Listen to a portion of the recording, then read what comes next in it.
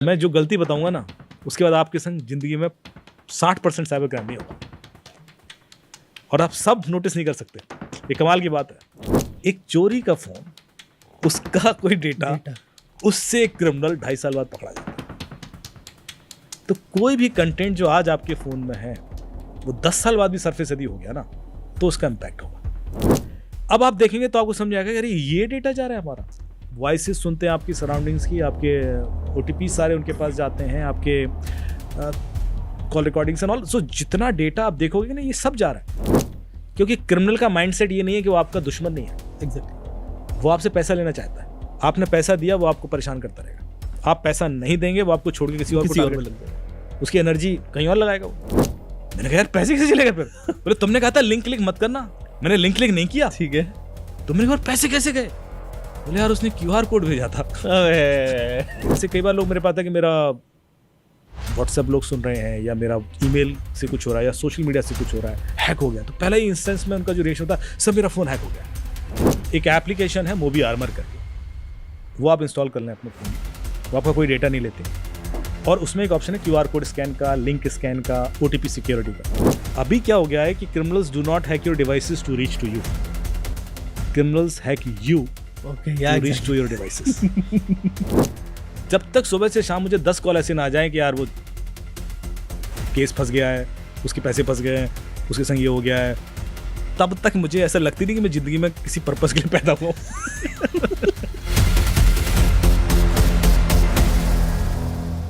इस सीरीज के दूसरे एपिसोड में एक बार फिर मेरे साथ हैं cyber crime investigator Amit Dubey, मतलब एक ऐसा शख्स जिससे ना हैकर्स भी डरते हैं। Welcome to the show Amit. Amit sir कैसे? बहुत बढ़िया। सर अभी आप जैसे बता रहे हैं कि सोशल मीडिया पे लोग, मतलब जो इस तरह के केसेस होते हैं, बच्चों से रिलेट होते हैं, वुमेन से रिलेट होते हैं, तो इसमें बहुत सारे लोग फेक आईडीज बना के कॉल करते हैं, मैसेज करते हैं, डिफेम करते हैं, तो क्या इनको भी रिपोर्ट कर सकते हैं और कहाँ कर सकते हैं? ये सब क्राइम है। पहले तो कोई भी अपनी आइडेंटिटी छिपा के कुछ भी कर रहा है ये क्राइम, इम्पर्सोनेट कर रहा है वो भी क्राइम है। सो आइडेंटिटी थेफ्ट, इम्पर्सोनेशन दोनों ही क्राइम है। इसके अलावा जो उसका इंटेंशन है वो तो फ्रॉड के लिए है ही, वो तो कुछ झूठ ही बता रहा है आपको। इनफैक्ट मैं इसको और जनरलाइज करूं कि जितने साइबर क्राइम होते हैं उसमें इम्पर्सोनेशन तो होता ही है। ओके, सो 2 सेक्शन है हमारे यहाँ, 66C, D, E, ये 3 सेक्शन है इम्पर्सोनेशन आइडेंटिटी थेफ्ट के लिए। तो इसमें अब शायद चेंज हो गया होगा BNS के बाद, तो आप देख लेना। बट इम्पर्सोनेशन क्या है कि मैं अपनी पहचान छुपा के किसी और से कॉल कर रहा हूँ। तो आपको जो फ्रॉड कॉल आता है कि मैं इंश्योरेंस कंपनी से बोल रहा हूँ, या मैं एयरटेल से बोल रहा हूँ, या मैं बैंक से बोल रहा हूँ, या मैं पासपोर्ट ऑफिस से बोल रहा हूँ, द मोमेंट उसने ये कहा क्राइम हो गया, क्योंकि उसने किसी और की आइडेंटिटी यूज की, अपनी पहचान छुपा ली। तो साइबर क्राइम तो वहीं हो गया था। उसके बाद जो किया वो तो हुआ ही, वो तो फिर उसने पैसे लूटे, 420 या जो भी सेक्शन है किया, लेकिन अपनी पहचान छुपा के कुछ करना। दूसरा मैं एक और बताऊं कि कई सारे ऐसे केस होते हैं जहां पर किसी लड़की का वीडियो बना लिया किसी ने, एग्जैक्टली वो कपड़े बदलते हुए, या अभी चंडीगढ़ में केस हुआ था कि कुछ लड़कियां शायद डांस कर रही थी या कुछ था और किसी ने वीडियो बना लिया था और वो वायरल हो गया। तो जिसने कैप्चर किया वो भी क्रिमिनल है। हमारे यहाँ 66 है शायद, जिसमें कैप्चरिंग, ट्रांसमिशन एंड पब्लिशिंग, तीनों चीज़ें इक्वली पनिशेबल ऑफेंस है। 3 साल की सजा, 1 लाख का जुर्माना था। जिसमें कैप्चरिंग, जैसे मैंने किसी का रिकॉर्ड कर लिया, वहीं क्राइम हो गया। वो हमने रिकॉर्ड नहीं किया था, मुझे किसी और ने भेजा था, ओके, और मैंने शेयर कर दिया। सर मैं तो नहीं किया था, मुझे तो भेजा, मैं तो शेयर, उतना ही बड़ा क्राइम है वो। ओके, मैंने शेयर नहीं किया, मैंने कहीं पोस्ट कर दिया था। सर मैं तो पब्लिक प्लेटफॉर्म ब्लॉक कर देते, वो तो उनकी रिस्पॉन्सिबिलिटी। ना आपने किया तो तीनों इक्वली सीवियर क्राइम है और उसके लिए रिस्पॉन्सिबिलिटी आपकी होगी।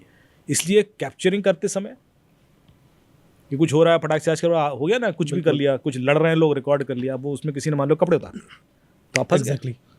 हुआ एक केस मुंबई के अंदर, कोई लड़की थी जो ड्रंक थी, वो सोसाइटी में घुसी, उसका अपने गार्ड के संग झगड़ा हुआ और गार्ड ने पुलिस बुला ली। अब उस समय कोई महिला पुलिस थी तो कुछ बिल्कुल मेल पुलिस ही वहाँ आई, और वो लड़की पुलिस देख के लिफ्ट में घुस गई और उन्होंने लिफ्ट लॉक कर दी और उसको बोल रहे हैं कि बाहर आओ, और लड़की लिफ्ट से बाहर नहीं आ रही। अब इन्होंने क्या किया, उसका रिकॉर्ड करना शुरू कर दिया पुलिस वालों ने, और उसने अपने कपड़े उतारने शुरू कर दिए। वो रिकॉर्डिंग हो गई। अब लड़की गलत है या पुलिस वाला गलत है तो बात की बात है। जब कोर्ट में केस गया तो सबसे पहले वो पुलिस वाला सस्पेंड हुआ कि आपने रिकॉर्डिंग कैसे की। एग्जैक्टली, जबकि वो शायद अपने आप को बचाने के लिए कर रहा था, बट आपको नहीं पता होता ना कि वो ऑब्सीन रिकॉर्डिंग हो बिल्कुल, जाएगी। बिल्कुल।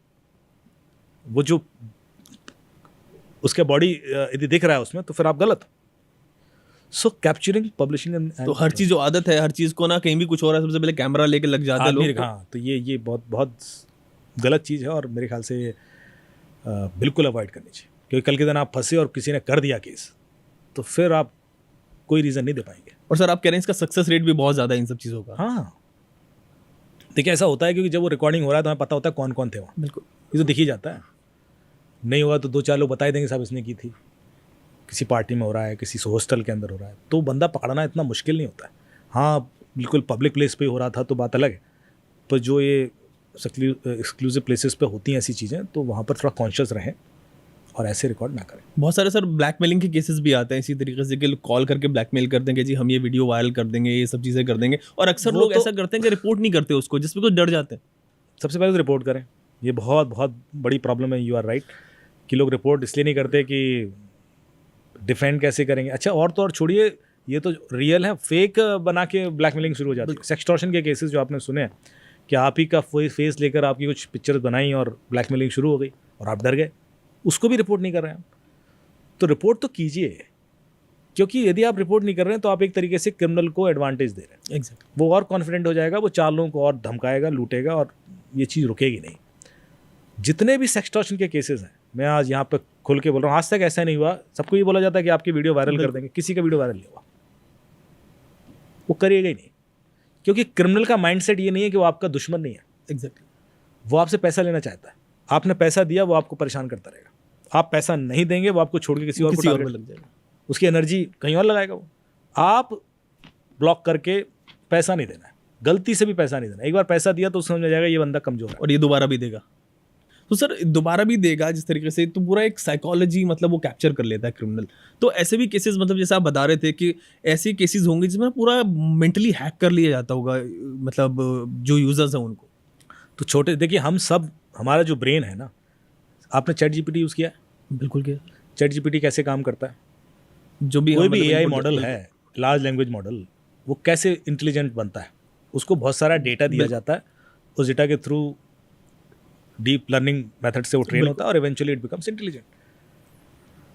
इसका मतलब है कि वो सारा इंटेलिजेंस उस डेटा ड्रिवन पे है ना। मैं इसको एनालॉजी को, तो लोग बोलते हैं कि जो chat GPT is like human brain, मैं उसको उल्टा बोलता हूँ, our human brain is like chat GPT. Okay. तो जो जो कमजोरियाँ चैट जीपीटी में आपको दिखेंगी, वो आपको ह्यूमन ब्रेन में भी दिखने लगेंगी। यदि आप ये समझ गए तो फिर आप कॉन्शियस हो जाओगे और आपके संग क्राइम नहीं होगा। देखिए उसके संग क्या कमजोरियाँ हैं। Chat GPT is the product of the data, exactly. We are also the product of the data. हमेशा एक लाइन बोलता हूँ कि we all are product of the data that has been fed to us since our birth. Exactly. बचपन से लेकर आज तक जो डेटा हमें मिलता रहा, हम उसका प्रोडक्ट है। भाई मेरा जन्म झांसी के बजाय रोमानिया हो जाता तो मैं आज कुछ और होता। बिल्कुल। कोई दूसरा खाना खा रहा होता, कोई दूसरे कपड़े पहन रहा होता, कोई दूसरा भाषा बोल रहा होता, और ज़िंदगी भर बोलता कि I am a proud Romanian. Exactly. 50 साल के बाद कोई मेरे से बोलता भाई साहब आप तो बुंदेलखंड में पैदा हुए थे, तो मैं कंफ्यूज हो जाता कि मैं हूँ कौन। तो मैं क्या जी रहा था? मैं उस डेटा को जी रहा था। मैं खुद कौन हूँ ये मैंने कभी जानने की कोशिश ही नहीं की। We all are living our data, और इसी वजह से हम ट्रैप होते हैं, क्योंकि हम डेटा से इन्फ्लुएंस होते हैं, डेटा पर ट्रस्ट करते हैं, हम कॉन्शियसनेस को यूज़ कम करते हैं। जैसे मैं एक स्पिरिचुअल एनालॉजी भी दूंगा। जब चैप्टर 13 भगवत गीता में भगवान कृष्ण से अर्जुन पूछते हैं क्या आप मुझे ज्ञान योग, भक्ति योग, कर्मयोग पढ़ा रहे हो, पहले मुझे बताओ कि मैं कौन हूँ। तो भगवान कृष्ण बोलते हैं कि तुम्हें क्या लगता है तुम अर्जुन हो? तुम तो अर्जुन से पहले भी थे, तुम तो अर्जुन के बाद भी हो गए। इस वक्त तुम अर्जुन का रोल प्ले कर रहे हो। और तुम अर्जुन इसलिए हो क्योंकि जो तुम्हें डेटा मिला उस समय बचपन से लेकर आज तक, तुम्हारी जगह कोई भी होता तो वो अर्जुन ही बनता। कर्ण की जगह जो डेटा कर्ण को मिला वो कर्ण बन गया। हम सिर्फ उस डेटा का रोल प्ले कर रहे हैं, हम उससे पहले भी थे। तो हम असल में कौन है? हम वो डेटा नहीं है। The moment you learn that thing, जिसके लिए वो पूरा सिद्धांत भी है, दृष्टि विवेका का सिद्धांत है जो मांडुक्य उपनिषद में मिलता है, बड़ा साइंटिफिक तरीका कि आप कैसे पहचानोगे कि आप कौन हो। जैसे आपको पता पड़ता है कि मैं कौन हूं, मैं तो हूं ही नहीं, जिसको मैं आज तक अपना मान रहा था, तो आपके अंदर एक शक्ति आ जाती है जिससे आप अनइन्फ्लुएंस रहते हो। फिर आप डेटा से इन्फ्लुएंस नहीं होते, क्योंकि अब आपको पता होता है कि आप एक विटनेस बन जाते हो कि I am playing the role of Amit Dubey. ये बड़ा स्पिरिचुअल थॉट है, बहुत साइंटिफिक थॉट है, लेकिन इसको समझना समझाना बहुत मुश्किल लोगों को क्योंकि हमें फुर्सत नहीं किसी को, हम वो आज वीडियो देखा Exactly. ओह गुस्सा हो गए, वो वीडियो देखा रोने लगे, वो 10 सेकंड वी वाला आर है। All influence every second every minute bye data.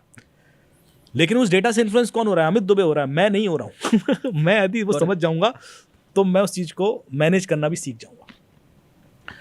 यही चैट जीपीटी करता है। उसको मैं कुछ चीज बार बार बताना शुरू करूँ, उसको सच मान लेगा, है ना। उसको 2+2 5 भी बता सकता हूँ मैं और वो गलती करेगा। ह्यूमन ब्रेन को बता दूं तो वो भी गलती कर लेगा। तो इस चीज को अलग कैसे करें? मैं एक पहले एग्जाम्पल दूंगा and then you will realize कि ये प्रैक्टिकली क्रिमिनल कैसे यूज करता है। हमारे हिंदुस्तान के एक चीफ मिनिस्टर की बेटी के 35,000 रुपये निकल गए, पेपर में खबर आ गई। वो IITian है, मैं इसलिए बता रहा हूँ क्योंकि किसी के संग भी हो सकता है। मैं भी IITian हूँ, मेरे संग भी हो सकता है। ऐसा कुछ नहीं है कि जो आप बोल रहे थे कि एक पर्टिकुलर सेक्टर सेगमेंट अनएजुकेटेड, ऐसा कुछ नहीं है। Cyber crime is can happen with anyone. तो सोफा बेच रही थी और एक आर्मी वाले का मैसेज आया उनको कि भाई मैं अभी भी दिल्ली ट्रांसफ़र हुआ हूँ या जहाँ भी जिस जगह पर, और मुझे आपका सोफ़ा चाहिए और ये मेरा ID है, आधार कार्ड है, वर्दी में फ़ोटो वोटो भेजी, तो आप ट्रस्ट कर लेते हो कि भाई बंदा तो authentic, and I like your sofa and मैं आपको एक काम करता हूँ, कुछ एडवांस पे कर देता हूँ, आप किसी और को प्लीज़ मत भेजिएगा और ये सोफ़ा मेरे लिए बुक कर दीजिए। और सामने वाला कहा नहीं आप प्लीज़ देख लीजिए आके फिर ले लेना, ऐसा क्या? नहीं आप प्लीज़ मैं भी दे रहा हूँ आपको, एक काम करता हूँ मैं आपको 10,000 रुपये भी भेज देता हूँ। 10,000 इमीडिएटली आ जाएंगे आपके अकाउंट में, 10,000 मैं आपको कल दे दूंगा। तो आप कुछ 10,000 के लिए UPI वगैरह कुछ यूज़ करते हैं, तो आप गूगल पे पेटीएम कुछ तो यूज़ करते होंगे, तो आपको मैं ना 10,000 के लिए एक लिंक भेज रहा हूँ, तो आप 10,000 इस लिंक के थ्रू आपको आ जाएंगे। 10,000 मैं आपको कल दे दूंगा, तो 10,000 के लिए ये रहा आपको लिंक, तो 10,000 तो आप अभी ले ही लीजिए। अब देखो मैं 10,000 बार बार क्यों बोल रहा हूँ? हाँ वही मैं उसी पर फोकस कर रहा हूँ। क्योंकि आपका फोकस 10,000 पे हो गया। एग्जैक्टली, जब मैं कोई चीज़ रिपीट मोड में बोलता हूँ तो आपका फोकस उस पर हो जाता है और बाकी चीज़ें आप इग्नोर कर देते हो। साइकोलॉजी पूरी। जो लोग वो जब तब करते हैं वो एक शब्द बार बार बोल रहे होते हैं या एक मंत्र बोल रहे होते हैं, क्यों? क्योंकि वो बाकी चीज़ों से डिटैच होना चाह रहे हैं, वो फोकस वहाँ करना चाह रहे हैं। पर क्रिमिनल इस चीज़ को कैसे यूज़ करेगा? वो आपको कोई चीज़ रिपीट बार बार बोलेगा तो आपका अचानक से फोकस वहाँ अटक जाएगा और बाकी चीज़ें आप इग्नोर कर दोगे। आपको एक लिंक आया, आपने क्लिक कर दिया, आपके 10,000 चले गए। अब आप शॉक्ड, यार ये तो मुझे पैसा आ रहा था चला गया। आप कॉल बैक करोगे, क्या कर रहे हो यार, I lost 10,000, you are suppose to give me 10,000। वो बंदा बिल्कुल कूल होगा, गुस्सा नहीं करेगा। Oh ma'am I am so sorry ma'am, extremely sorry, I created wrong link, I am so apologetic, और मैं ऐसा कैसे कर सकता हूँ, and being from an army of background, मतलब how could I do this mistake. मतलब वो पूरा सॉफ्ट तरीके से आपको हैंडल करेगा। उसके बाद बोलेगा मैं एक काम करता हूँ मैम, मैं आपको 20,000 भेज देता हूँ तुरंत, 10,000 which I have taken by mistake and 10,000 which I am suppose to give you. So ये 20,000 का लिंक है मैम, 20,000 आपको तुरंत आ जाएगा, 20,000 प्लीज़ क्लिक कर दीजिए। फिर उसने 20,000 जहाँ 3-4 बार बोला आपने, 20,000 चले गए। फिर आप कॉल करोगे, यार क्या कर रहे हो, आई लॉस्ट 30,000, यार मजाक करो मेरे साथ। अब पीछे से उसके कोई बच्चे के रोने की आवाज़ आएगी, oh ma'am my kid was not well and she was not well, I got disturbed again, created wrong link, I am so sorry ma'am, I am extremely sorry, I am so apologetic. मैं आपको कल कैसे अपना face दिखाऊंगा और मैं इतना embarrass feel कर रहा हूँ। मैं एक काम करता हूँ, आपको फुल पेमेंट कर देता हूँ। 30,000 जो मैंने आपसे गलती से ले लिया, 20,000 जो मुझे आपको देना था, 50,000 का लिंक मैं आपको भेज रहा हूँ। 50,000 आपके अकाउंट में आ जाएगा तुरंत। यही है मेरे अकाउंट में 50,000 मैं आपको तुरंत देता हूँ। मैं 50,000 उसने 4-5 बार बोला, 50,000 चला गया। अब आप देख रहे हो कि 20,000 के सोफे के लिए लाख 1.5 लाख चला जाता है लोगों का, और लोगों को बेसिक्स नहीं दिमाग में आ रहा है। अब इस पूरे प्रोसेस में गलती कहाँ हुई? गलती क्या नोटिस किया आपने? गलती सर ये है कि फोकस नहीं किया जहां वो पूरी साइकोलॉजी बना रहा है हमारा। मैं जो गलती बताऊंगा ना, उसके बाद आपके संग जिंदगी में 60% साइबर क्राइम नहीं होगा। बताइए सर। और आप सब नोटिस नहीं कर सकते, ये कमाल की बात है। इतनी बेसिक मिस्टेक है। ये फाइनेंशियल सिस्टम का थंब रूल है जो हम इग्नोर कर रहे हैं। क्यों इग्नोर कर रहे हैं? क्योंकि कोई चीज़ रिपीट हो रही है। फाइनेंशियल सिस्टम का थंब रूल ये है कि यदि मेरे अकाउंट में पैसे आ रहे हैं तो मुझे कुछ करने की जरूरत नहीं। Okay, I can transfer 100,000 rupees to your account without asking you. Exactly. मुझे आपसे पूछने की भी जरूरत नहीं है। मुझे आपका नंबर है, अब समझ आ रहा है मेरे। इतनी सी चीज कैसे इग्नोर कर सकते हो आप? आपके अकाउंट में पैसे आने के लिए आपको कुछ नहीं करना है। आपको सिर्फ तब करना है जब पैसे देने हैं किसी को। इतनी सी चीज कैसे इग्नोर कर सकता है कोई? आपको अचानक फोन आता है कि अयज भाई आपके फादर ने बोला कि आपको रेंट ट्रांसफर कर दें, ये लिंक मैं भेज रहा हूँ, आप प्लीज़ रेंट ले लीजिए, वो कुछ बिजी है शायद, तो आपके अकाउंट में डाल देता हूँ। अब क्लिक कर दिया, आपको चले गए। आपको पता है ये पैसा आ रहा है भाई, डाल दे, एग्जैक्टली। मेरे से क्या पूछ रहा है? आप समझ रहे हो? आधे क्राइम ही होते हैं। मैं डिविडेंड ट्रांसफर करना चाहता हूँ, उसको मेरा सब पता है, उसको मेरा बिल्कुल इंश्योरेंस कंपनी से बोल रहा है या बैंक से बोल रहा है, मेरे को डिविडेंड ट्रांसफर करना है और मेरे से कुछ करा रहा है। जब तुम्हें सब कुछ पता है तो कर दो ट्रांसफर। बिल्कुल। आप सारे सिचुएशंस देखेंगे, चाहे वो किसी भी तरीके से लुटे हो, एक्चुअली उनको पैसा आ रहा था बिल्कुल। और वो पूरे एप्लीकेशन इंस्टॉल किए जा रहे थे और फिर वो कोई लिंक क्लिक किए जा रहे थे या QR कोड स्कैन किए जा रहे थे, व्हाटएवर। क्यों भाई? जब पैसा आ रहा है तो आप यदि इतना सा थॉट बेसिक क्लियर है तो 60% की तो गारंटी ले रहा हूं मैं, क्राइम नहीं होगा आपके साथ। बिल्कुल, कॉज अगर यूपीआई भी करना है तो नंबर तो है उसके पास, कॉल किया। हाँ कर देना, मेरे से क्यों करा रहा है कुछ, मैं क्यों लिंक क्लिक करूं? बिल्कुल। अब मैंने इसका एक वीडियो बनाया, आरजे रौनक को बिठाया और उसको एक लिंक भेजा, उसके 200 रुपये मेरे अकाउंट में आ गए जो मैंने आज तक नहीं दिए। और उसके वीडियो पे मैंने बताया कि देखिए जो लिंक क्लिक करेगा उसके पैसे जाएंगे, जिसको आएंगे उसको कुछ करने की ज़रूरत नहीं है। सो अवॉइड कीजिए कुछ भी एक्शन जब पैसा आपको आ रहा है। वो वीडियो मैंने अपने सारे दोस्तों को, सारे पुलिस वाले दोस्त, आर्मी वाले, पॉलिटिशियंस, बिजनेसमैन, सबको भेज दिया, सोसाइटी वगैरह में। अगले हफ्ते मेरी सोसाइटी से मेरे एक दोस्त का कॉल आ गया जो एक IT कंपनी के ओके। हेड है। अमित जी 45,000 चले गए। कैसे चले गए? OLX fraud. मैंने यार तुम्हें वीडियो बना के भेजा था मैंने। बोले मैंने देखा, पूरा वीडियो देखा तुम्हारा। तो मैंने कहा फिर कैसे चले गए? बोले तुमने जो जो कहा था मैंने वही किया। मैंने कहा यार पैसे कैसे चले गए फिर? बोले तुमने कहा था लिंक क्लिक मत करना, मैंने लिंक क्लिक नहीं किया। ठीक है। तुमने कहा पैसे कैसे गए? बोले यार उसने QR कोड भेजा था। अबे। मैंने कहा साले, बोला था मैंने कि कुछ भी मत करना। बिल्कुल। आप समझ रहे हो कि आप इतना सा चेंज करते हो और वही मोडस ऑपरेंडी चलने लगती है। बिल्कुल बिल्कुल। But I made it clear कि भाई आप कुछ नहीं करना जब यदि आपको पैसा आ रहा है। पर लोग इतना वेरिएशन, क्योंकि QR कोड भी लिंक ही होता है। एग्जैक्टली। ये समझ नहीं आता लोगों को। कुछ समझ नहीं आता। तो ये जो दिमाग के संग खेलने वाला खेल है, क्योंकि हमारा डिस्कशन हुआ था कि साइकोलॉजी कैसे ट्रैप होती है, बिकॉज हमारे कुछ बिलीफ सिस्टम्स क्रिमिनल को पता होते हैं और वो जैसे वो स्क्रीनशॉट हुआ हो या आपको बार बार बोल कर क्लिक करा लेना है या आपका लिंक से QR आ जाना है, इसमें मोस्टली आपसे इग्नोर करा दी गई कोई बेसिक चीज़। और वो इग्नोर इसलिए हुआ क्योंकि आपका दिमाग डेटा ड्रिवन है। आपने यदि पहले कुछ सोच रखा है, आप उसी के अराउंड सोचते हैं। एग्जैक्टली। आप चैलेंज नहीं कर पाते तुरंत चीज़ें। सो ये एक बहुत बड़ा कारण है। और जैसे पुलिस की जो इमेज है आपके दिमाग में, वो इतनी स्ट्रांगली बनी हुई है कि यदि पुलिस वाला कॉल करता है तो आपको डिस्ट्रस्ट नहीं होता कि ये फ्रॉड हो सकता है। होते नहीं है। अब सबसे पहले ये लगा ये पुलिस वाला ही है। मुझे मेरे ही फादर का एक मैसेज आया, बोले यार कोई व्हाट्सएप से कॉल कर रहा है, और चूंकि वो मेरे सारे शोज़ वगैरह देखते रहते हैं तो उनको एक नॉलेज, बोले व्हाट्सएप से फोन कर रहा है और कोई पुलिस वाले की पिक्चर है और मुझे धमकी वमकी दे रहा था, पर ये नंबर +92 है। पाकिस्तान। पाकिस्तानी नंबर। तो पर हमारी पुलिस पाकिस्तान से क्यों फोन कर रही है?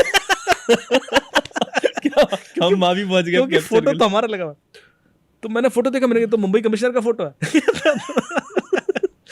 मैंने कहा पिताजी आपको मुंबई कमिश्नर तो फोन नहीं करेगा, तो टेंशन मत लो, आपको करेंगे।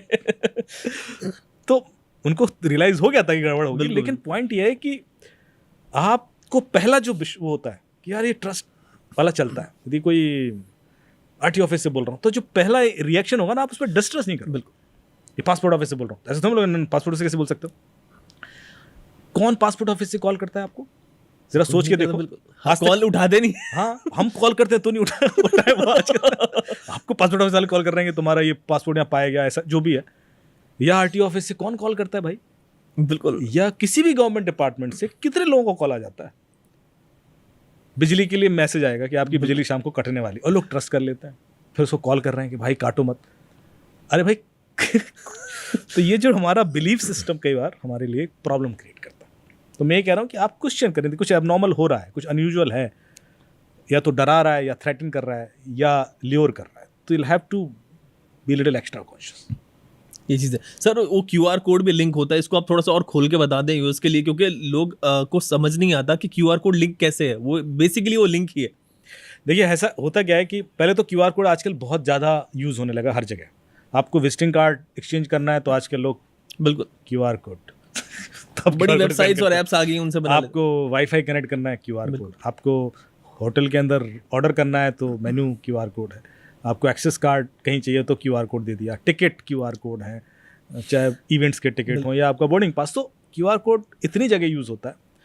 लेकिन उसको थोड़ा मैनिपुलेट करके आपके संग प्रॉब्लम क्रिएट की जा सकती है। यदि कोई टारगेटेड अटैक है, या मैं यहाँ पर एक इवेंट चल रहा है और एक पोस्टर लगा दूँ, फ्री वाईफाई और एक QR कोड, थोड़ी देर में 25-30 लोगों को हैक सारे कनेक्ट कर लेंगे। अब इतनी सी चीज़ है, इसमें कोई मुझे रॉकेट साइंस नहीं करनी है, क्योंकि मैं फोर्सिबली आपसे कुछ इंस्टॉल करवा दूंगा आपके फ़ोन में और उसके बाद आप गए और आप कर भी लोगे, फ्री वाईफाई है भाई।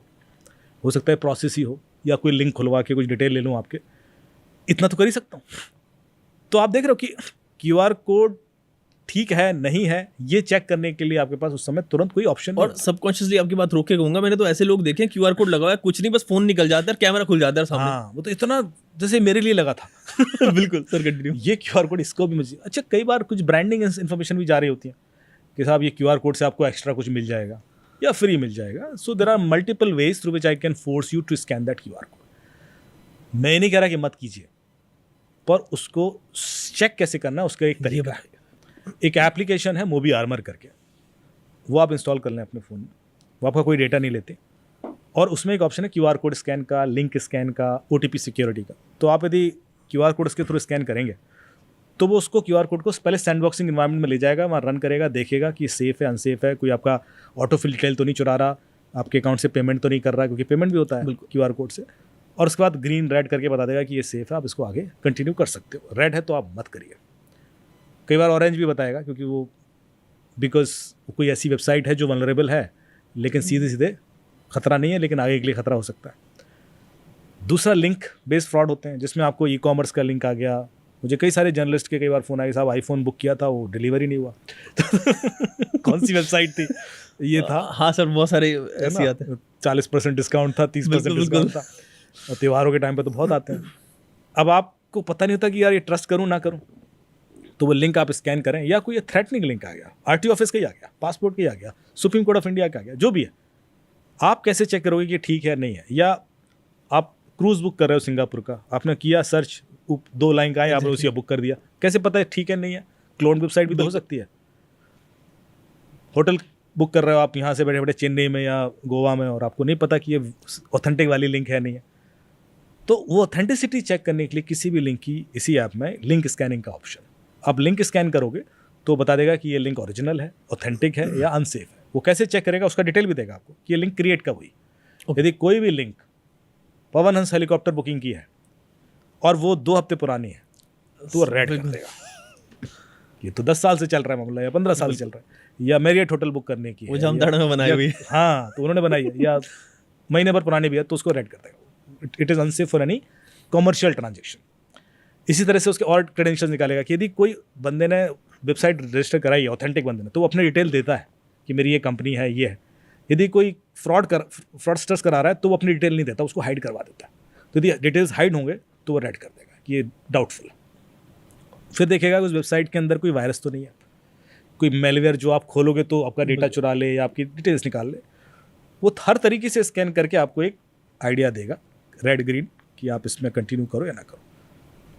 तीसरा उसमें एक ऑप्शन है वाईफाई सिक्योरिटी, क्योंकि वाईफाई के थ्रू भी बहुत चैलेंजेस होते हैं। आपने पब्लिक वाईफाई कर लिया, अच्छा वाईफाई क्या है कि यदि आप और मैं एक ही वाईफाई में कनेक्टेड हैं तो मैं आपके खिलाफ एक man in the middle attack कर सकता हूँ। ओके, मैं आपके ट्रैफिक को देख सकता हूँ कि आप मोबाइल पर खोल रहे वेबसाइट, और ये एक थ्रेट हो सकता है आपके लिए। तो इसलिए हम कहते हैं कि पब्लिक वाईफाई में कमर्शियल ट्रांजेक्शन ना करें, अवॉइड करें।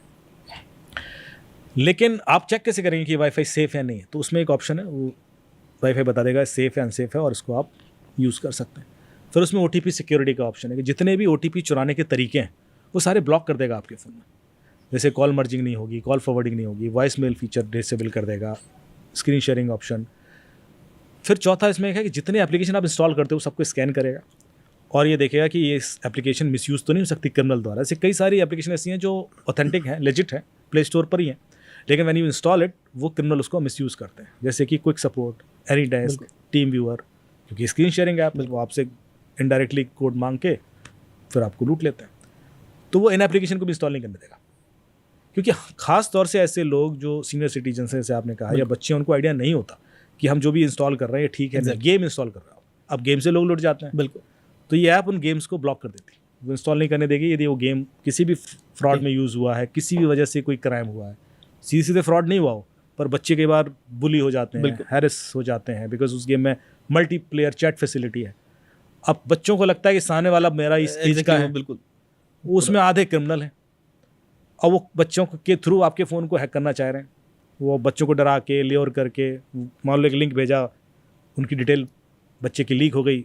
अच्छा, पटना में बैठे हो, मोबाइल तो तुम्हारा 20% चार्ज है, वोडाफोन का सिम यूज़ करते हो, बच्चा क्या करेगा? क्यूरियस हो जाएगा। बिल्कुल एग्जैक्टली। अरे यार तुम्हें कैसे पता, मुझे भी बताओ। दोस्ती करेगा। दोस्ती उसी क्राइम का पहला स्टेप है। एग्जैक्टली। उसके बाद वो कहेगा ये एप्लीकेशन इंस्टॉल कर लो, तुम भी सीख जाओगे। वो कर लेगा, उसे क्या पता कि मेरा पिताजी के अकाउंट से पैसे निकल जाएंगे। बिल्कुल। तो ये जो स्टेप्स होते हैं वो अलग अलग तरीके से आप तक घुसते हैं। तो इसलिए ये ऐप काफ़ी हद तक प्रूवन है कि ये आपको एप्लीकेशन भी नहीं, मैलिशियस एप्लीकेशन इंस्टॉल नहीं करने देगी। और भी इसमें बहुत अच्छे फीचर है, इसलिए मैं बड़े स्ट्रांगली रिकमेंड कर रहा हूँ, क्योंकि इसमें आपका ओसेंट भी करेगी। जैसे आपका मोबाइल नंबर, ईमेल आईडी के बेस पर वो ढूंढेगा कि इंटरनेट पर कहाँ कहाँ आपके डिटेल्स पड़े हुए हैं। जैसे किसी पोर्नोग्राफिक साइट पर किसी के डिटेल पड़े हुए हैं, या किसी मैलिशियस साइट पर पड़े हुए हैं, सोशल मीडिया पे ही पड़े, तो वो आपको आइडिया दे देगा यहाँ है, इसको वहाँ से रिमूव करवा दीजिए। और रिमूव करने का भी ऑप्शन होगा, तो आप वो कर सकते हैं। फाइन सर, अब एक चीज़ और बताएं। मतलब मैं देख रहा था पिछले कुछ वक्त पहले, मैंने एक चीज़ देखी कि लोगों ने ना जो अपने सेकेंड हैंड फ़ोन्स बेचते हैं और उनके अंदर से लोग डेटा रिकवर कर लेते हैं। बिल्कुल। और फिर वो उनके अगेंस्ट यूज़ होता है। एक ऐसा केस आया मेरे सामने, इवन तो बहुत पब्लिक नहीं था, थोड़ा फैमिली का इधर से था। तो इसको थोड़ा सा आप व्यूअर्स को बताएं कि डेटा, मतलब जब भी हम अपना फ़ोन बेचते हैं पुराना, तो डेटा कैसे रिकवर होता है उससे, और कितना हमें सावधानी और बरतनी चाहिए इससे रिलेटेड। देखिए, पहली चीज़ तो ये कि यदि आपका प्रॉपरली क्लीन्ड फ़ोन नहीं है, फॉर्मेट भी करेंगे तब भी रिकवर हो जाता है। मल्टीपल टाइम्स फॉर्मेट करना पड़ता है, प्रॉपर क्लीनिंग करना पड़ता है, उसका एक प्रोसेस है। लेकिन वो ख़तरनाक इसलिए हो जाता है क्योंकि आपने बिल्कुल सही बात कही। मेरे पास एक केस हुआ जो हमने सॉल्व किया था इसी प्रोसेस से। ओके। और वो बताऊंगा तो आप समझ पाएंगे कि कितना नुकसान हो सकता है। क्योंकि हम लोग किसी को और को दे देते हैं फ़ोन अपना पुराना, और बेच भी देते हैं। तो एक केस हुआ जिसमें एक वीडियो वायरल हुआ जिसमें एक लड़की को कुछ लड़के छेड़ रहे थे। ओके। और वो लड़की स्कूल ड्रेस में है, आगे आगे जा रही है, पीछे से लड़के हंस रहे हैं और वो छेड़ रहे हैं, टच कर रहे हैं, उसका बैग छीन रहे हैं, ऐसे करके उसकी बॉडी टच कर। बड़ा ही शॉकिंग वीडियो था, और वो डाल दिया किसी ने और उसको टैग कर दिया यूपी पुलिस और दुनिया भर को। तो मुझे कॉल आया कि यार ये वीडियो देखो, ऐसा हो कहाँ रहा है, और ये तो बिल्कुल तुरंत पकड़ना चाहिए इनको। तो हम लोगों ने वो वीडियो के बेस पे पहले तो प्रोफाइल देखा, तो वो एनोनिमस प्रोफाइल से पोस्ट आई थी, पर वो वीडियो था। तो उस वीडियो के बेस पे पूरा इन्वेस्टिगेशन, अच्छा वो हर जगह घूम रहा था, शायद पोस्ट नहीं होता सोशल मीडिया पर, वो व्हाट्सएप वगैरह पे था, तो हमें ये नहीं पता पड़ रहा था कहाँ से आ रहा है। तो इवेंचुअली हमने वीडियो के बेस पे इन्वेस्टिगेशन कर सकते थे, उसका कोई सोर्स नहीं मिला। बिल्कुल। तो हमने जब वीडियो को बार बार देखा तो पता पड़ा कि जो कोई गांव की सड़क है ऐसी, और कपड़ों से लग रहा था कि स्कूल की बच्ची है। तो हमने सारे स्कूल्स में मैसेज भेजा कि कोई बता दे कि किसी बच्ची को पहचानता है, या उसमें जो एक दो लड़के दिख रहे थे उनको पहचानता है। कोई नहीं पहचाना, मतलब कोई इन्फॉर्मेशन नहीं। फिर उसकी भाषा जो बीच में थी, देखा कि या तो ये राजस्थान का हो सकता है, या यूपी का हो सकता है, या हरियाणा का हो सकता है। तो वहाँ भी सर्कुलेट कराया, तब भी कुछ क्लू नहीं मिल रहा था। फिर हमने उस वीडियो को बार बार एनालिसिस किया, तो जो ऐसे बच्ची जा रही थी, पीछे कोई हाथ से एडवर्टीजमेंट नहीं होता है, वो लगा हुआ था, मतलब कुछ ट्यूशन क्लासेस का कुछ। वो ट्यूशन क्लासेस का एडवर्टीजमेंट का फ्रेम निकाल के हमने उसको एनहांस किया। तो उसमें एक नंबर लिखा था, मोबाइल नंबर, और वो मोबाइल नंबर ऐसा था कि उसकी कुछ डिजिट दिख रही थी, लास्ट की 2-3 डिजिट दिख नहीं रही थी। बाकी डिजिट के बेस पर हमने लास्ट के कॉम्बिनेशन ट्राई किए और उसको ट्रू कॉलर पर निकाल के नाम निकाले। निकालते गए तो एक नंबर में हमें दिखा कि मैथ टीचर करके। ओके। तो लगा इसका मतलब यही इसका होगा। उस मैथ टीचर को फ़ोन लगाया, तो उससे पूछा भाई ये ऐड तुम्हारा था? बोले हाँ ये था तो मेरा ही, पर ये तो 2.5-3 साल पुराना ऐड है। मैं उस समय उस कोचिंग में था, ये अभी तो ये डाल नहीं सकते। किस एरिया का? उसने एरिया बताया, इधर का है, इधर कोचिंग पढ़ाता था, सब पता पड़ गया हमें। पर बोले ये 2.5 साल पुराना है, अब तो मैंने कहीं और में कर लिया। तो इसका मतलब ये वीडियो 2.5 साल पुराना है। एग्जैक्टली। तो आज क्यों वायरल हो रहा है? पहली चीज़। बिल्कुल। अब हमने उस एरिया में कि पुलिस वालों को चेक किया कि यार देखो ये लड़की को कोई पहचान ले, लड़की को, तो उस एरिया में कोई नहीं पहचान रहा उसको। तो फिर समझ में नहीं आया कि यार ऐसा कैसे हो सकता है। फिर हमने देखा कि उस एरिया में अभी वायरल हुआ है, तो निकला यहीं से कहीं से। फ़ोन चोरी कोई रिपोर्ट आई है क्या? तो जितने फ़ोन चोरी हुए थे हमने वो आइडेंटिफाई किए, इसमें रिकवर हुए क्या, कोई फ़ोन चोरी की रिपोर्ट आई। तो सिर्फ ये देखा कि फ़ोन चोरी रिपोर्ट आई कौन कौन सी है। तो उसी गांव की एक लड़की जो सरपंच की लड़की थी, उसका फ़ोन चोरी की रिपोर्ट थी। ओके। तो हमने कहा यार इस फ़ोन को रिकवर कराओ कहीं से। तो फ़ोन को लिया, IMEI नंबर रन किया तो पता पड़ा ये फ़ोन तो ऑन है। तो उस बंदे को उठाया तो वो बोला, मान गया कि मैंने चोरी का फ़ोन ख़रीदा था। तो फिर उसने एक्सेप्ट किया कि चोरी का फ़ोन मैंने ख़रीदा और उसमें ये वीडियो था। ओके। और मुझे शॉकिंग लगा तो मैंने वीडियो शेयर कर दिया। तो अच्छा, इससे पहले ये हुआ, हाँ एक और चीज़, मैंने जब वो वीडियो मैं बार बार देख रहा था तो जो वीडियो रिकॉर्ड कर रहा था उसके हंसने की आवाज़ थी उसमें, ओके। और वो एक लड़की की थी। अरे तब मैंने कहा यार ये ये ना लड़की का वीडियो लड़की ने रिकॉर्ड किया है, तो इसका मतलब है कि ये किसी लड़की के फ़ोन में होना चाहिए। तो जब चोरी के फ़ोन देखे और उसमें लड़की का फ़ोन मिला और उस हिसाब से हम पहुंचे, तो कहानी ऐसे खुली फिर। ये जो लड़की जिसको ये लोग, पहले हमें लगा ये रील तो नहीं बना रहे थे कोई, क्योंकि बहुत बिल्कुल, हरकतें करते हैं exactly, ना, आजकल तो वायरल हो जाए, हो आजकल गया। बहुत पर्पस होता है। हमने उस एंगल से भी देखा, रील होगी तो कहीं होनी चाहिए, तो सोशल मीडिया पर कहीं थी नहीं, तो लगा नहीं है तो कुछ ऑथेंटिक क्राइम। इस लड़की को जब ग्रिल किया तो उसने बताया, जो सरपंच की लड़की थी, कि ये वो दूसरी लड़की इसी के स्कूल में पढ़ती थी और उसको थ्रेटन करना चाहती थी। तो उसने ये 2 लड़के किसी दूसरे गांव से बुलाए और उसको परेशान कराया। इसने वीडियो रिकॉर्ड किया और वो वीडियो भेजा इसकी फैमिली में कि हम ऐसा कर देंगे नहीं तो तुम्हारे खिलाफ। तो उसकी पूरी फैमिली गांव छोड़ के भाग गई। अब चूंकि वो गांव छोड़ के भाग गए तो उसको कोई पहचान नहीं रहा था, 2.5 साल पहले निकल गए, क्योंकि वो किसी स्कूल में थी नहीं।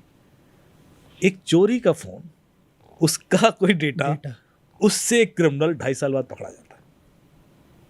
तो कोई भी कंटेंट जो आज आपके फ़ोन में है वो 10 साल बाद भी सरफेस यदि हो गया ना, तो उसका इम्पैक्ट होगा। आज हम कैजुअली, और मैं खास तौर से लड़कियों को ये बताना चाह रहा हूँ, क्योंकि बहुत सारी लड़की जब रिलेशनशिप में होती हैं, बहुत सारे वीडियोस बन जाते हैं और कैजुअली फन है, ट्रस्ट उस समय सबको होता है। कोई भी ऐसा वीडियो किसी पॉजिटिव पर्पस के लिए कभी नहीं काम आता, इससे कोई मेमोरी नहीं बिल्ड होती है, वो हमेशा नेगेटिवली ही यूज़ होता है, क्योंकि अच्छे रिलेशन में कॉन्फ्लिक्ट आ जाता है। तो इसलिए ऐसी चीज़ें ना ही करें, अवॉइड करें। फ़ोन फॉर्मेट हो गया, डिलीट हो गया, तब भी सरफेस होते हैं। और कई बार तो होता है कि कराए जाते हैं। जब ऐसे केसेस मेरे पास आए हैं कि सामने वाले का फ़ोन चोरी करवा दिया, ओके। फिर डिलीटेड डेटा रिकवर कराया, उसकी चैट निकलवाई या जो भी कंटेंट मिला और उसको फिर उसके खिलाफ यूज़ किया। ये भी करते हैं लोग। तो आप प्लीज़ रखें ही ना ऐसा कोई कंटेंट, तो ज़्यादा अच्छे हैं। और ख़ास तौर से यदि फ़ोन डिस्कार्ड कर रहे हैं तो उसको प्रॉपरली फॉर्मेट करें, मल्टीपल टाइम्स फॉर्मेट करें, क्लीन अप प्रोसेस यूज़ करें और उसके बाद ही छोड़ें उसको। तो सर इसको जैसे कि आप कह रहे हैं मल्टीपल टाइम फॉर्मेट करें, तो व्यूअर्स को और थोड़ा सा बता दीजिए कि क्या तरीका होना चाहिए सही से फॉर्मेट करने का, किस तरीके से वो करें ताकि एक अवेयरनेस जाए लोगों में, बिकॉज जो भी मेरा डेटा है वो मेरे अगेंस्ट यूज़ हो जाएगा, इवन तो मैंने वो काम किया भी नहीं है गलत। देखिए, पहले तो आप कम से कम 6-7 बार फॉर्मेट कर लीजिए, उसको क्लीन अप कर लीजिए, तो काफ़ी हद तक आप बच जाएंगे, कोई दिक्कत नहीं। इसके अलावा भी कुछ टूल हैं जो क्लीन अप टूल्स ही होते हैं। अच्छा, ये सर्विस दी जाती है, okay. Phone clean up service कई और सारी फॉरेंसिक इसमें तो कंपनीज सर एक होती चीज़ मेरे समझ आ रही है, अगर क्लीन अप सर्विस दे रहा है कोई तो डेटा वो भी ले सकता है। हैं। नहीं, वो आपके सामने क्लीन करके दे देता है। Okay. उसी में बिठाएगा एक डिवाइस के थ्रू, वो थोड़ा फास्ट कर देता है उस चीज़ को, रीइनिशियलाइज करता है पूरा मेमोरी, बट वो कॉपी नहीं करता है content. So there are lots of such tools available. Digital forensic companies हैं जो ये करती हैं, क्योंकि कई सारे ऐसे मार्केट है जो चोरी के फ़ोन पे चल रहा है, कई सारा ऐसा मार्केट है जो रिफर्बिश्ड फ़ोन पे चल रहा है, कई सारा ऐसा मार्केट है जो सेकेंड हैंड फ़ोन खरीदता है ऑनलाइन। हाँ, क्योंकि हम अभी सेल्स सीजन आ जाएगा सर, तो अभी वो उसमें हाँ, तो वो ये सर्विस को अवेल करते हैं। कहते हैं जब आपका फ़ोन आएगा तो इसके थ्रू क्लीनअप होगा, उसका थोड़ा चार्ज है, उसके बाद ये बिकेगा। एक्सचेंज में फ्लिपकार्ट ले लेगा, अमेजोन ले लेगा, सब इधर चले जाते हैं एक्सचेंज पर, लोगों को पता नहीं होता। सर इससे एक चीज़ और बताएं कि मतलब हम लोग जो है अभी हम बात कर रहे थे वाईफाई पे बात कर रहे थे, तो जो पब्लिक वाईफाई है जैसे कि एयरपोर्ट हुआ या फिर कैफ़ेज़ हुए, तो वहाँ किन किन चीज़ों का लोग ध्यान रखें? देखिए, बिल्कुल यूज़ करें वाईफाई, तो बिना हम wifi is like air, exactly. सांस लेना मुश्किल हो जाता है। लेकिन ये ध्यान रखें कि वाईफाई सेफ़ है या नहीं। उसके लिए जैसे मैंने बोला, चेक तो कर ही सकते हैं मूवी आर्मर के थ्रू, नहीं तो अवॉइड करें कोई कमर्शियल एक्टिविटी, अवॉइड करें कोई ऐसी चीज़ जो यदि किसी को पता पड़े तो आपके अगेंस्ट यूज़ हो सकती है। नॉर्मल सोशल मीडिया ब्राउजिंग वगैरह कर सकते हैं, कोई दिक्कत नहीं है।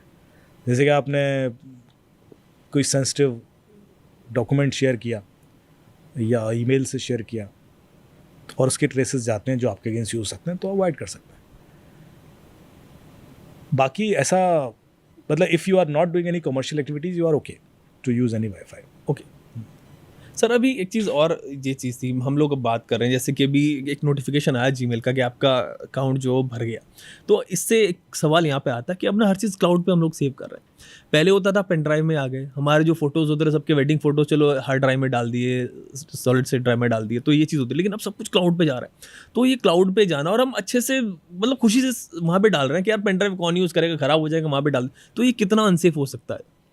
देखो, पहली चीज़ तो एक मैं जेनरिक थॉट प्रोसेस बिल्ड करना चाहता हूँ कि इस दुनिया में कोई चीज़ फ्री नहीं होती। तो हवा पानी भी फ्री नहीं है। तो हम जब भी कोई चीज़ फ्री यूज़ कर रहे हैं तो कहीं ना कहीं कोई ना कोई तरीका है जिससे वो पैसा कमाएगा। आज नहीं कमाएगा तो कल कमाएगा। आज किसी और तरीके से कमा रहा होगा, कल सीधे सीधे भी कमा सकता है। बिल्कुल। आपके 15, 20 साल, 30 साल की मेमोरीज यदि किसी के पास हैं और वो फ्री है, एग्जैक्टली, तो वो कल कहेगा यार $2 दो आप महीने के, तो आप दोगे? बिल्कुल नहीं। लॉक कर दिया एक दिन उसने, वन फाइन डे सब कुछ तो वो थ्रेट तो है भाई। किसी की क्या पॉलिसीज हैं, क्या गाइडलाइन है, आगे जाए क्या करेगा वो, क्या करेगा, तो मैं वो तो रखना पड़ेगा आपको। दूसरा क्या है कि and I am not squaring you but model हुए हैं change। आज हमें चीज़ें ऑफर की गई फ्री और कल के दिन उसको बिलिंग कर दिया। नहीं हुआ क्या इससे पहले? अभी भी आते हैं मैसेज रिचार्ज के तो हमें आदत लग गई, हम फ्री के चक्कर में गलत आदत डाल ली कि अब तो हमें 10 GB चाहिए, 50 GB चाहिए अब वो मुसीबत हो गई। बिल्कुल। तो ऐसा हर बिजनेस में होता है। पहले आदत डलवाई जाती है। जब ये टैक्सी बुकिंग नहीं था तो हमारे पास ऑप्शंस होते थे, अब दूसरा ऑप्शन ही दिमाग में नहीं आता। बिल्कुल। हैंडीकैप लगते हैं, अब वो बिल बढ़ा के दे या कुछ भी करे, हमें देना है। तो इसलिए पहले तो कोई चीज़ फ्री नहीं है, तो अपना हमेशा एक बैकअप रखें कि कल के दिन कुछ ऐसा एक्सट्रीम सिचुएशन हो तो we should have some alternative also. दूसरा क्या है कि गूगल पर आप क्या रख रहे हैं, या कोई भी ड्राइव फॉर दैट मैटर, आपकी चैट तो नहीं जा रही है, और यदि चैट जा रही है तो क्या वो उसमें एक एंड टू एंड एक और इनक्रिप्शन का ऑप्शन डाला है उन्होंने। पहले क्या था कि जब बैकअप जाता था ना तो वो इनक्रिप्टेड नहीं होता था, अभी एक और ऑप्शन इनेबल किया था व्हाट्सएप में। तो वो प्रोविजन सारे रखें, सिक्योरिटी सेटिंग वैसी रखें। दूसरा जो एक और चीज़ है कि आपका जो फ़ोन का जीमेल है, मैं अभी एंड्रॉयड के बारे में बात कर रहा हूँ, वो आप जगह जगह लॉगिन करके रखते हैं। एग्जैक्टली। आप फ़ोन तो पूरा फेस से खुलेगा और बायोमेट्रिक भी है और पिन भी है, सिक्योर है, सीने से लगा के चल रहे हैं, किसी को भी नहीं दूंगा। पर उसके अंदर जो जीमेल है वो आपके घर के लैपटॉप में भी लगा हुआ है, वो ऑफिस के पीसी में भी होगा, आईपैड में भी है, जो 4 लोग शेयर भी कर रहे हैं, या कई बार किसी और के भी लैपटॉप में कर दिया लॉगिन और भूल गए। यदि वो जीमेल का एक्सेस मुझे 10 सेकंड के लिए मिल गया या 20 सेकंड के लिए मिल गया तो मैं आपकी ज़िंदगी में कलह क्रिएट कर सकता हूँ। बिल्कुल। क्या क्या कर सकता हूँ सोचिए। पहले तो मैं आपका लोकेशंस देख सकता हूँ, सारी पुरानी, यदि सिंक हो रही होंगी तो डेफिनेटली दिख जाएंगी। आपके फ़ोन के अंदर एप्लीकेशन कौन कौन सी वो देख सकता हूँ। आपके फ़ोन में रिमोटली एप्लीकेशन इंस्टॉल भी हो सकती है। आप प्ले स्टोर पे जाएं तो आप लैपटॉप से ही मोबाइल में एप्लीकेशन इंस्टॉल कर सकते हैं। एग्जैक्टली। आप की ईमेल्स तो खैर है ही, लॉग इन नहीं है तो वो देख ही लूँगा। ड्राइव की फाइल्स देख लूँगा। आपके पासवर्ड देख सकता हूँ क्योंकि वो गूगल क्रोम में होते हैं सारे। आपके नोट्स वगैरह होते हैं, सेंसिटिव कीप वगैरह जो गूगल लिंक एप्लीकेशन से वो मिल जाती हैं। तो ऐसी बहुत सारी चीज़ें हैं जो यूट्यूब वॉच हिस्ट्री देख लूँगा, क्या देख रहे हो आप यूट्यूब पर, क्या लाइक कर रहे हो क्या ये सारी ब्राउजिंग हिस्ट्री दिख जाएगी। ये अपने आप में एक बहुत बड़ा रिस्क है। इसके अलावा उसमें एक फीचर है गूगल बैकअप कोड का, जो बड़ा ख़तरनाक है। वो इसलिए दिया गया कि आप कल के दिन आपको OTP नहीं आ रहा तो आप बैकअप कोड यूज़ कर सकते हैं। अच्छा। हाँ, और वो बैकअप कोड आप आज डाउनलोड कर सकते हैं। आप अपने गूगल की सेटिंग्स में जाएं, 2 स्टेप वेरिफिकेशन के अंदर आपको 4-5 ऑप्शन देगा कि आप फ़ोन से ऑथेंटिकेट कर लें, ईमेल OTP या SMS OTP, और उसके बाद बैकअप कोड का एक ऑप्शन होगा। बैकअप कोड आप डाउनलोड करेंगे तो आपको 10 OTP दिख जाएंगे। फ्यूचर के कोड्स आप डाउनलोड, वो 10 OTP आप अपने पास रख लें। अभी मान लो मैंने रख लिया, आपका जीमेल पड़ा हुआ तो रख लिया, बिल्कुल, तो मुझे आपका OTP मिल गया ना। Exactly. And I can use it later. ये फीचर है, लोगों को पता नहीं, तो इसलिए मिसयूज़ हो सकता है। ये 2 फैक्टर के लिए यूज़ होता है, मतलब ऐसा नहीं पासवर्ड उसको पता होना चाहिए, पर इट्स ए रिस्क। तो ये जो चीज़ें हैं जो हमारे डे टू डे बिहेवियर, जैसे कई बार लोग मेरे पास आता है कि मेरा व्हाट्सएप लोग सुन रहे हैं, या मेरा ईमेल से कुछ हो रहा है, या सोशल मीडिया से कुछ हो रहा है, हैक हो गया, तो पहले ही इंस्टेंस में उनका जो रिएक्शन होता है, सब मेरा फ़ोन हैक हो गया। फ़ोन एक्चुअली हैक नहीं होता। ओके। ऐसे जो फीचर्स हैं ये मिसयूज़ हो रहे होते हैं। आपके आसपास ही जिसको वो एक्सेस मिल गया, या तो लॉग्ड इन मिल गया कुछ, तो मिसयूज करेंगे उसको। आपके जैसे मैंने आपसे कहा कि आपके पासवर्ड दिख गए, तो आपके सोशल मीडिया के पासवर्ड दिख लिए ना उसमें। आपके सोशल मीडिया में मान लो 2 फैक्टर नहीं है तो वो लॉग इन कर भी लेगा। मैं आपके सोशल मीडिया को लॉग इन करके भी आपकी लोकेशन निकाल सकता हूँ, वो लॉग इन लोकेशन देता है वहाँ पे। तो बहुत सारी चीज़ें इनडायरेक्टली निकलती हैं। तो सबसे पहले तो ये करना है कि सारी चीज़ें 2 फैक्टर ऑथेंटिकेटेड कर लो। बिल्कुल, चाहे सोच, क्योंकि जितने मेरे पास ऐसे वाले रिक्वेस्ट आते हैं साहब मेरा इंस्टा हैक हो गया, फेसबुक हैक हो गया, सबसे पहला सवाल होता है 2 फैक्टर नहीं था क्या? नहीं, 2 मिलियन फॉलोअर्स थे एग्जैक्टली, और 2 फैक्टर ऑथेंटिकेशन नहीं था। ऐसा कैसे कर सकता है कोई? दूसरों से शेयर ना करें पासवर्ड। कई बार क्या होता है कि साहब उसको दिया था पासवर्ड, मार्केटिंग कंपनी थी, अब वो मुझे ब्लैकमेल कर रही है। तो यदि आपने दिया है किसी भी पर्पज से, तो जैसी काम खत्म हो बदल लें पासवर्ड को। अब ये नहीं कि वही रखे हुए हैं, वो बंदा कभी भी दिमाग पलटा उसका ब्लैकमेल करेगा तो परेशानी तो होगी। तो ये छोटी डे टू डे जो हमारी गलतियां हैं जिसको लेकर हम इग्नोर हो जाते हैं और उसी वजह से क्राइम हो रहा होता है। मेरे ख्याल से कॉन्शियसनेस बिल्ड करने के पहले अपने डेटा की वैल्यू समझ लो, और इसके लिए मैं कुछ एग्जाम्पल भी दूंगा। डेटा की जब तक आपको वैल्यू नहीं समझ में आएगी, आप डेटा प्रोटेक्शन के लिए सोचोगे नहीं। आप अपने अराउंड देखें तो जितने भी टॉप 10 रिचेस्ट कंपनीज हैं वो हैं जो आपको फ्री प्रोडक्ट देती है। एग्जैक्टली, जो आपसे पैसा लेते हैं अपने प्रोडक्ट या सर्विस का वो गरीब है। ऐसा फेसबुक, व्हाट्सएप सब रिचेस्ट हैं, और इनके पास जो पैसा है, जो इनकी वैल्यूएशन है ना, वो जो पैसा ले रही है उनसे इतना आगे है कि वो टच भी नहीं कर सकते। और व्हाट्सएप ऐड कुछ नहीं देख रहे हम सब, कुछ नहीं, फ्री है, आज भी नहीं ले रहा हूँ। 2009 में स्टार्ट हुआ था व्हाट्सएप, 2013 में बिका है। 3.5 साल के अंदर उसकी क्या वैल्यू थी? $19.3 बिलियन। आपको पता है 3 साल के अंदर $20 बिलियन बना के निकल गए 2 लड़के। क्यों भाई? पैसा भी नहीं ले रहे हमसे, फ्री प्रोडक्ट था। Free product. तो जब तक वैल्यू नहीं समझ पाओगे। वीचैट जब बैन हुआ इंडिया से, WeChat was a Chinese WhatsApp. ये कुछ चीजें ना सिनोनिम बन जाती है। जैसे जामताड़ा सिनोनिम बन गया। अभी कोई मुझे मिला और वो मेरे से बोलता है कि साहब अपना इंसिडेंट सुनाने लगा कि उसको एक लिंक आया, फिर उसने ये किया और उसके संग जामताड़ा हो गया। तो जामताड़ा सिनोनिम बन गया फ्रॉड का। एग्जैक्टली, कि साहब जामताड़ा हो गया उसके संग। तो इसीलिए sorry to use, but WeChat की जब बैन हुआ 2019 में तो उसकी वैल्यू टेंसेंट उसकी पेरेंट कंपनी है, उसकी वैल्यू थी $500 बिलियन। पाकिस्तान का जीडीपी पता कितना है? 250 बिलियन। उससे डबल चाइना की एक ऐप है जो फ्री है, जो आज भी पैसा नहीं ले रही। टिकटॉक का जो ओनर है वो दुनिया का 26वां रिचेस्ट आदमी है, 26 रिचेस्ट पर्सन। टिकटॉक क्या करता है? कोई लाइफ सेविंग ड्रग बनाता है, वैक्सीन बना रहा है, ऐसा क्या कर रहा है जो दूसरा नहीं कर सकता? एक वीडियो शेयरिंग ऐप है, उस तरह की 1 लाख ऐप चल रही है मार्केट में। बिल्कुल, पर टिकटॉक के पास डेटा है और आप चेक कर सकते हो प्ले स्टोर पर जाके कि कितना डेटा है, क्या क्या लेता है वो आपसे। आप फेसबुक का भी चेक करें, प्ले स्टोर पर जाएं, गूगल का भी चेक करें, सबका देखें। अब आप देखेंगे तो आपको समझ आएगा कि अरे ये डेटा जा रहा है हमारा, and that includes everything. Location तो एक बहुत बेसिक चीज़ है। आपकी हेल्थ, फिटनेस, आपके फाइनेंशियल रिकॉर्ड्स, आपके पॉलिटिकल आइडियोलॉजीज, आपके रिलीजियस आइडियोलॉजीज, आपकी सेक्सुअल ओरिएंटेशंस, आपके exact address of your house, everything they take. And all emails, voices सुनते हैं आपकी सराउंडिंग्स की, आपके OTP सारे उनके पास जाते हैं, आपके कॉल रिकॉर्डिंग्स एंड ऑल। सो जितना डेटा आप देखोगे ना, ये सब जा रहा है। तब आपको समझ आएगा कि इस डेटा का होने क्या वाला है और क्यों जा रहा है। Eventually their objective is to know so much about you कि they can drive your life. Exactly, आप अपनी लाइफ खुद ड्राइव कर ही ना पाओ। मैं डिसाइड करूंगा कि आप क्या पहनोगे, क्या खाओगे, क्या खरीदोगे, क्या देखोगे, किसको वोट दोगे, क्या लाइक करोगे, क्या डिसलाइक करोगे। Everything will be decided by somebody else. वरना हमारी पॉलिटिकल आइडियोलॉजी क्यों ले रहे हैं वो? बिल्कुल, क्या पर्पस हो सकता है? क्यों मेरा रिलीजियस, मैं सॉफ्ट हूँ, हार्ड हूँ, लिबरल हूँ, क्यों ले रहे हैं मेरा? जबकि मैं ऐसी चीज़ें ना देखता हूँ, ना लाइक करता हूँ, ना कमेंट करता हूँ। अब ना सोशल मीडिया पे आप करते हो, ना मैं करता हूँ, ना अधिकतर लोग नहीं करते। बिल्कुल, they don't disclose their personal political ideologies और रिलीजियस आइडियोलॉजीज। बट वो एग्जैक्टली कि आप क्यों कैप्चर कर रहे हो, उसमें लिखा है। आप देखोगे तो सेटिंग्स में जाके आपको दिखेगा कि मैं ये लेता हूँ। और कैसे निकालता है ये बड़ा इंटरेस्टिंग है, ये बड़ा खतरनाक चीज़ है। तो एक रिसर्च हुई, एक यूनिवर्सिटी है US में, उसमें जब ये कैम्ब्रिज एनालिटिका वाला केस हुआ। हाँ sir. So Cambridge Analytica was a company in UK and they claim that they have manipulated elections around the world. Last Bihar election से लेकर ट्रंप इलेक्शन तक उन्होंने कहा कि हमने मैनिपुलेट किया पैसा लेकर। ब्रेक्सिट जो हुआ था यूके में, दे मैनिपुलेटेड दैट एज वेल। उन्होंने कहा कि हमने 7-8% का वोट शिफ्ट किया था, और जब ब्रेक्सिट हुआ तो 51% 49% का वोट डिस्ट्रीब्यूशन था।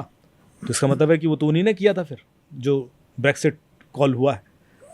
उसके बाद कैम्ब्रिज एनालिटिका पर केस हुआ, वो कंपनी बंद हो गई। उनसे पूछा गया आप कैसे करते थे, तो उन्होंने कहा कि हम फेसबुक से डेटा लेते थे और उससे मैनिपुलेशन करते थे, और पूरा बताया कैसे करते थे। पर उस कंपनी के बंद होने के बाद ऐसी और कंपनीज खड़ी हो गई, हजारों कंपनीज खड़ी हो गई जो यही कर रही हैं। सवाल ये है कि ये करते कैसे। तो एक इस पर रिसर्च हुई यूएस के अंदर, एंड दे सेड कि इनके पास बहुत अलग अलग तरह का डेटा होता है और उसके बेस पर ये एक्सट्रापोलेट करते हैं उस डेटा को। फॉर एग्जाम्पल, मुझे पता है कि आपके नेटवर्क में कौन कौन है, बिल्कुल कॉन्टैक्ट लिस्ट जा रहा है, सबके पास जा रहा है, सारी ऐप ले रही है।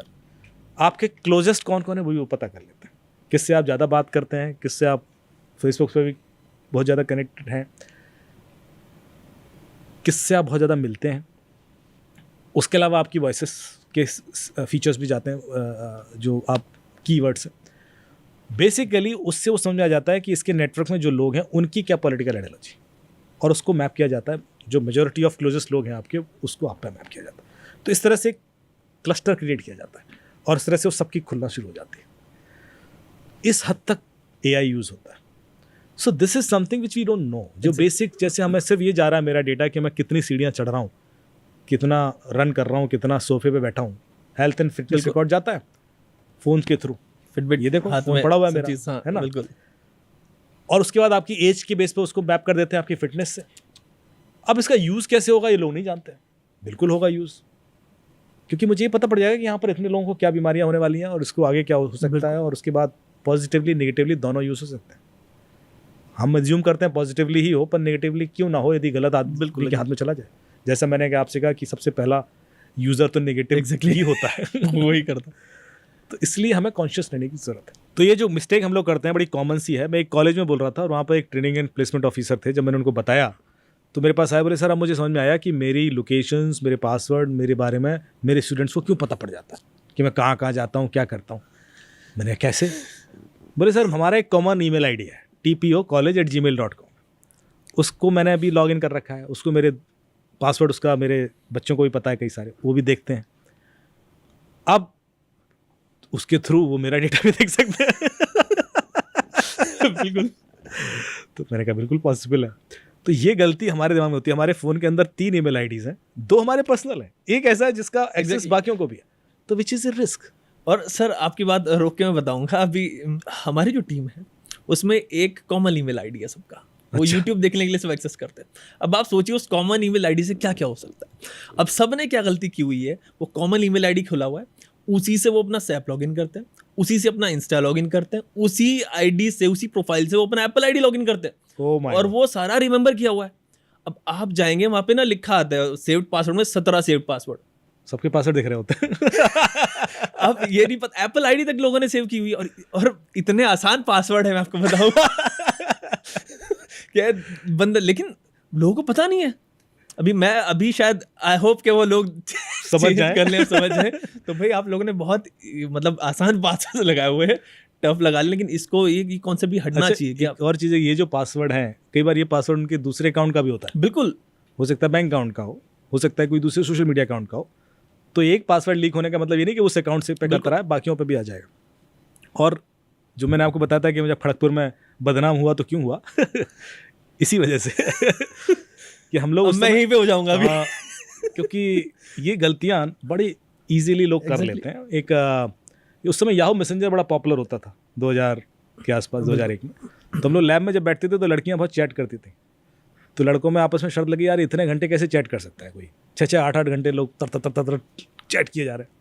तो मैंने कहा कल बता दूंगा। तो मैंने एक याहू का लुक अलाइक पेज बनाया और उसको हर एक सिस्टम में डाल दिया और उसको as an home page set कर दिया ब्राउजर के अंदर। सो जब आप ब्राउजर लॉन्च करोगे, एक्सप्लोरर होता वो आ था, जाएगा तो वो लोकल ड्राइव से खुल जाएगा पेज। एकदम। अब आपको नहीं दिखता कि ये पेज याहू के सर्वर से खुल रहा है या मेरे लोकल ड्राइव अब से। नहीं ध्यान पड़ता तब अभी तो नहीं, सर। हाँ, उस पर आप लॉगिन आईडी पासवर्ड डालोगे, उसकी वो कॉपी सेव कर देगा लोकल नोटपैड में और लॉगिन भी कर देगा, क्योंकि मैं आगे रिक्वेस्ट फॉरवर्ड कर दूँगा। अब अगले दिन ये करके मेरे पास 16 लॉगिन पासवर्ड आ गए।